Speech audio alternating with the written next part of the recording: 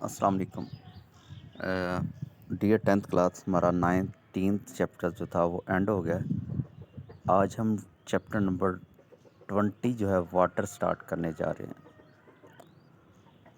तो इसमें हम सबसे पहले इंट्रोडक्शन है। कहता है कि वाटर जो है वो बहुत असेंशियल है लाइफ के लिए, बहुत ज़रूरी है।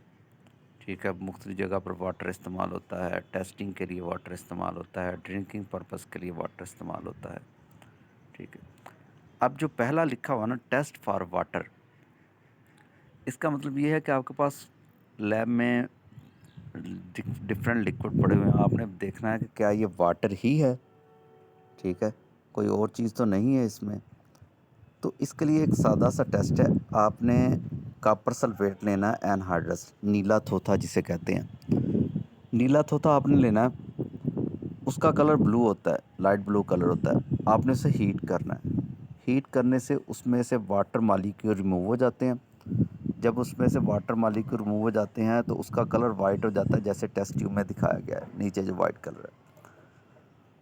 अब आपने क्या करना है, ये देखना कि क्या वाकई ही जो आपके पास जो वाइट कलर का लिक्विड है वो वाटर ही है, कुछ और तो नहीं है। आप क्या करें, उसके चंद ड्रॉप जो है उस लिक्विड के, ये जो वाइट कलर का कॉपर सल्फेट है, इसके अंदर डालें। अगर तो कॉपर सल्फेट दोबारा फिर ब्लू हो गया तो इसका मतलब ये जो आपके पास लिक्विड वाइट कलर का पड़ा है, ये लिक्विड जो पड़ा है वो आपके पास वाटर ही है। ठीक है, तो ये टेस्ट हो गया कि वाटर है या नहीं है। अच्छा जी, दूसरा है प्योरिटी ऑफ अ वाटर।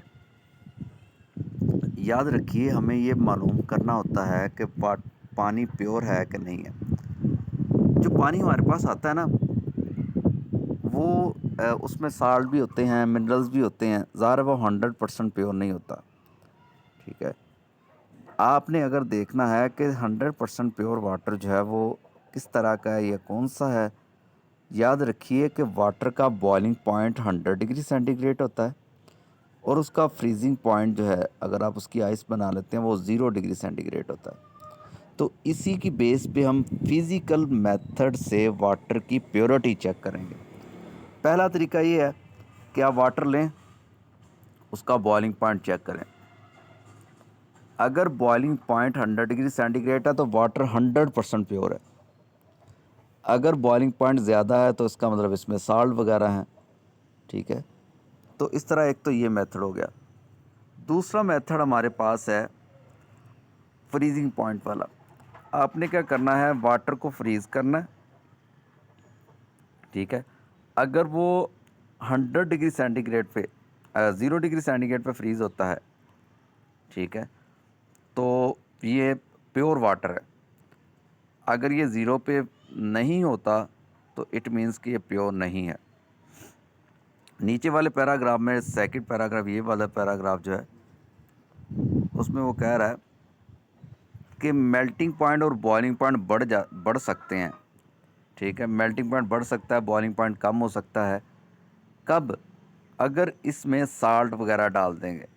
ठीक है, दूसरा ये है कि जैसे जैसे आप बुलंदी पे जाते हैं, यानी मरी पे जाएंगे, वहाँ पे पानी का बॉइलिंग पॉइंट कम हो जाएगा, 98 डिग्री सेंटीग्रेड हो जाएगा। तो ये भी फैक्टर होता है। जब भी आपने टेस्ट करना है, आपने हमेशा इसको एसटीपी, स्टैंडर्ड टेम्परेचर और प्रेशर पे चेक करना है। प्रेशर 1 एटमॉस्फेयर होना चाहिए, फिर ही वाटर का बॉइलिंग पॉइंट 100 डिग्री सेंटीग्रेड होगा और उसका फ्रीजिंग पॉइंट जो है वो 0 डिग्री सेंटीग्रेड होगा। अब 20.3 टॉपिक जो है वो है the difference between distil water and tap water. Laboratory में जो वो शीशी के अंदर जो पानी पड़ा होता है, उसके ऊपर अक्सर आपने देखा होगा कि ये डिस्टिल वाटर है। और टैप वाटर, ये जो घरों में पानी पीते हैं, ठीक है, ड्रिंकिंग वाटर जो है ये टैप वाटर है। अब पहले वो टैप वाटर के बारे में बता रहा है। कहता है कि वो वाटर जो आप इस्तेमाल करते हैं घरों में, शॉप्स पे, ऑफिसेज़ में, वो टैप वाटर है। अब टैप वाटर के अंदर मुख्तलिफ़ केमिकल्स होते हैं, मुख्तलिफ़ मिनरल्स होती हैं, जैसे कैल्शियम, मैग्नीशियम, सोडियम वगैरह। ठीक है, इन मिनरल्स की भी बॉडी को ज़रूरत होती है।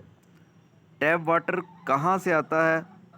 आम तौर पे टैप वाटर आता है अंडरग्राउंड से, रिवर से, लेक से, ठीक है। इस तरह इसमें साल्ट डिफरेंट टैप वाटर में साल्ट की क्वांटिटी डिफरेंट हो सकती है या साल्ट वेरी कर सकते हैं।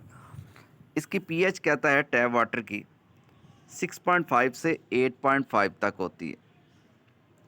अब आ जाते हैं डिस्टिल वाटर की तरफ, ये जो नीचे वाला पैराग्राफ है। डिस्टिल वाटर आम तौर पे हम क्या करते हैं, वाटर को लेके उसे बॉयल करते हैं, स्टीम बनाते हैं, फिर उस स्टीम को कंडेंस करते हैं। जब वो कंडेंस होकर लिक्विड बनता है, वो वाटर जो बनेगा वो डिस्टिल वाटर होगा। उसमें कोई साल्ट कुछ नहीं होगा, ठीक है।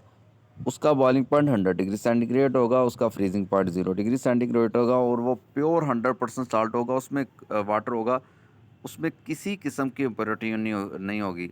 ये वाटर कहाँ पे इस्तेमाल होता है? ये वाटर आम तौर पे लेबॉर्ट्रीज़ में इस्तेमाल होता है, फार्मास्यूटिकल में इस्तेमाल होता है, मेडिसिन फार्मेशन के लिए इस्तेमाल होता है, ठीक है। और जहाँ पे भी 100% प्योर वाटर की ज़रूरत होती है टेस्टिंग वगैरह में, लैब टेस्टिंग में, तो वहाँ पे डिस्टिल वाटर ही हम इस्तेमाल करते हैं।